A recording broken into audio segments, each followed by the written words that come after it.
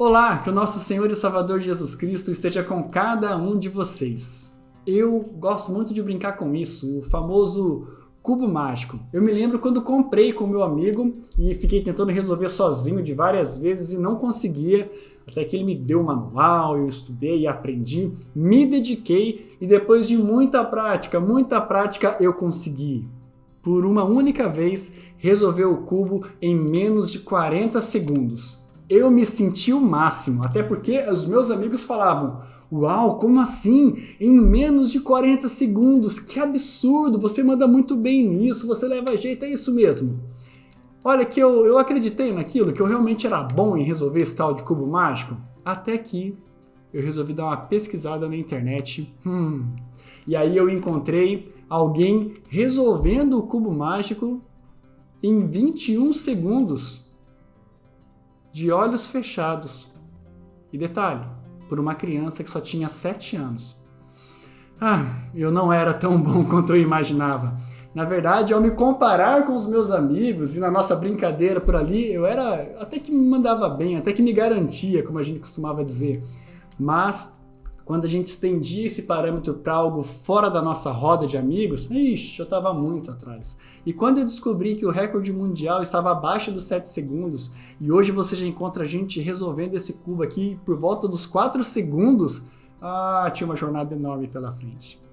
Então, eu cheguei na conclusão de que realmente não podia me deixar enganar pelo que os meus amigos estavam me falando. Era uma questão de critério, É tão bom, mas de que ponto de vista, né? Qual critério você está seguindo?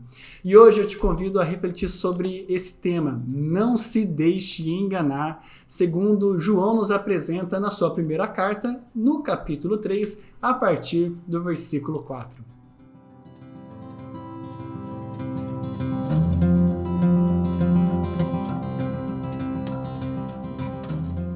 Vamos então à leitura do que registrou João, sua primeira carta, capítulo 3, a partir do versículo 4, que diz o seguinte: "Todo aquele que pratica o pecado também transgride a lei, porque o pecado é a transgressão da lei. Sabeis também que ele se manifestou para tirar os pecados, e nele não existe pecado. Todo aquele que permanece nele não vive pecando. Todo aquele que vive pecando não o viu nem o conheceu. Filhinhos, não vos deixeis enganar por ninguém. Aquele que pratica a justiça é justo, assim como ele é justo. Aquele que pratica o pecado procede do diabo, porque o diabo vive pecando desde o princípio. Para isto se manifestou o Filho de Deus, para destruir as obras do diabo. Todo aquele que é nascido de Deus não vive na prática de pecado, pois o que permanece nele é a divina semente. Ora, esse não pode viver pecando porque é nascido de Deus. Nisto são manifestos os filhos de Deus e os filhos do diabo. Todo aquele que não pratica a justiça não procede de Deus, nem aquele que não ama ao seu irmão." Até aqui a nossa leitura. João traz para a gente uma chamada de atenção, uma exortação no versículo 7. E ele fala assim: "Filhinhos, não se deixem enganar. Nós só temos 2 grupos de pessoas. Nós temos os filhos de Deus e nós temos os filhos do diabo. Não se deixem enganar." E para não nos enganar, ele dá alguns critérios, algumas dicas de como a gente pode entender se somos filhos de Deus ou se somos filhos do diabo. E tudo gira ao redor de um verbo: praticar, a prática. Os filhos de Deus são aqueles que vivem na prática da justiça. Em contrapartida, os filhos do diabo são aqueles que vivem na prática do pecado. Essa ideia, o verbo praticar, vem trazendo um entendimento de processo, algo sistemático, algo que acontece de forma corriqueira na vida de uma pessoa, algo que ela vem fazendo, poderia ser até uma das traduções. Então, o que seria isso? O que seria a prática da justiça e o que seria a prática do pecado? Elas são 2 questões opostas. Elas são antagônicas. E o que coloca uma contra a outra foi apresentado para a gente logo no versículo 4. No versículo 4, João diz para a gente que o pecado é a transgressão da lei. Ou seja, alguém que vive pecando é alguém que vive desobedecendo a lei. E entendemos por lei os ensinamentos de Deus, a vontade de Deus que nos foi revelada e registrada aqui nas Sagradas Escrituras. Essa é a lei, essa é a vontade de Deus. Quem vive pecando, então, ignora isso, desobedece o que está escrito aqui. Mas e a prática da justiça? Essa é uma pessoa boa? A ideia aqui vai além disso. Praticar a justiça é realizar a vontade de Deus.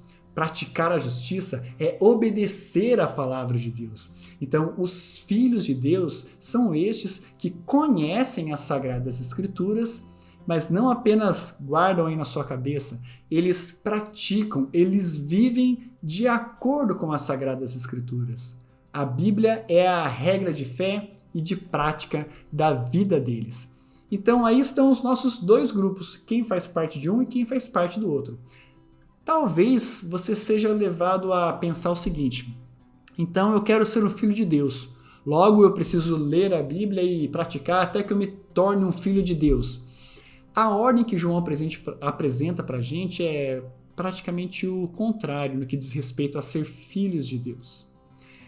A ideia aqui é de que Deus chama pessoas para serem seus filhos. Deus nos adota como filhos. Deus ele nos abraça, ele nos recebe. E ao fazer isso, ele coloca em nós a sua semente. Ele coloca em nós algo da sua natureza, algo da natureza divina. Essa nova natureza é o que nos move a uma vida de conhecimento e relacionamento com a palavra dele. Uma vida de obediência à sua vontade, uma vida de obediência à palavra de Deus.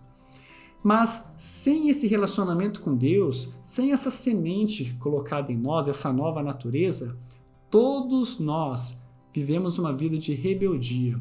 Nós simplesmente desprezamos a vontade de Deus. E no lugar de fazer a vontade dele, nós fazemos a nossa vontade. Nós atendemos aos nossos desejos. O que João está provocando os seus leitores aqui, dando aquele chacoalhão, é para que observemos as nossas vidas. Ao ler essa passagem, eu e você precisamos pensar como tem sido a nossa caminhada. Você tem se portado como filho de Deus em resposta a essa nova natureza que Deus te deu? Ou você tem negligenciado a vontade de Deus e, na verdade, quem manda na sua vida é você mesmo, e você faz o que te dá na telha, você atende os desejos do seu coração. Se você faz parte deste segundo grupo, João te classifica como um filho do diabo, alguém que está em oposição a Deus. Mas, se você vive na busca de fazer a vontade de Deus, este é um sinal de que essa semente foi colocada dentro do seu coração. Essa natureza divina faz parte de você e você agora vive numa luta contra o pecado. O pecado vira um acidente na sua vida, não algo corriqueiro que você pratica de qualquer forma, mas algo que você tenta deixar de lado a tudo quanto é custo, né? Não quer que isso faça parte da sua vida. Mas se você é um pecador, e ao ouvir essa mensagem e entender que como filho do diabo, né, não é algo que você quer para a sua vida, e você gostaria de fazer parte dessa filiação com Deus, o que eu posso fazer para me transformar num filho de Deus? Bom, o que a palavra de Deus nos apresenta é que nós precisamos crer em quem é Jesus Cristo, crer na obra de Cristo. Entender que Jesus Cristo é aquele que veio para morrer pelos nossos pecados. E se eu creio nisso, automaticamente eu preciso me entender como um pecador. Se você acredita que não tem pecado algum, eu sinto lhe informar, mas João já nos advertiu ainda no primeiro capítulo que nós somos mentirosos. A palavra de Deus não está em nós. Mas se você reconhece que algumas áreas da sua vida estão em desacordo com a vontade de Deus, esse é um grande começo. Um grande começo de um relacionamento com Deus. Nós somos convidados por João a uma vida em filiação com Deus, como filhos de Deus. guardando os seus mandamentos. E ele até nos traz um resumo, seguindo aqui ainda no capítulo 3, falando e qual é a vontade de Deus, qual é a lei, crer em quem é Jesus Cristo, viver de acordo com o que Jesus Cristo propõe para mim e para você, e amar ao próximo, uma vida de serviço ao próximo, que é até como ele encerra aqui no nosso versículo 10 e segue depois, a partir do versículo 11, dando alguns exemplos práticos do desdobramento disso. Mas para a nossa reflexão de hoje, parando por aqui, fica esse desafio de nós nos examinarmos. Mas lembra que eu falei no início que, do ponto de vista dos meus amigos, né, eu era muito bom com o cubo mágico? Talvez, do ponto de vista da sua casa, você seja um ótimo marido, uma ótima esposa, um ótimo filho. Talvez, do ponto de vista dos seus amigos, você seja uma ótima pessoa. O crivo, o critério é outro. O critério é a palavra de Deus. Gaste um tempo dedicado a conhecer o que Deus exige de nós e avalie a sua vida segundo o que a palavra de Deus revela, o que é ser bom, o que é a prática da justiça. E busque viver uma vida em resposta a tudo isso que você vai estar conhecendo e se relacionando ali. Que o Espírito Santo esteja comigo e contigo, buscando viver uma vida na prática da justiça, na prática da vontade de Deus, deixando de lado a nossa vontade, os nossos desejos da nossa antiga natureza e vivendo como filhos e filhas de Deus.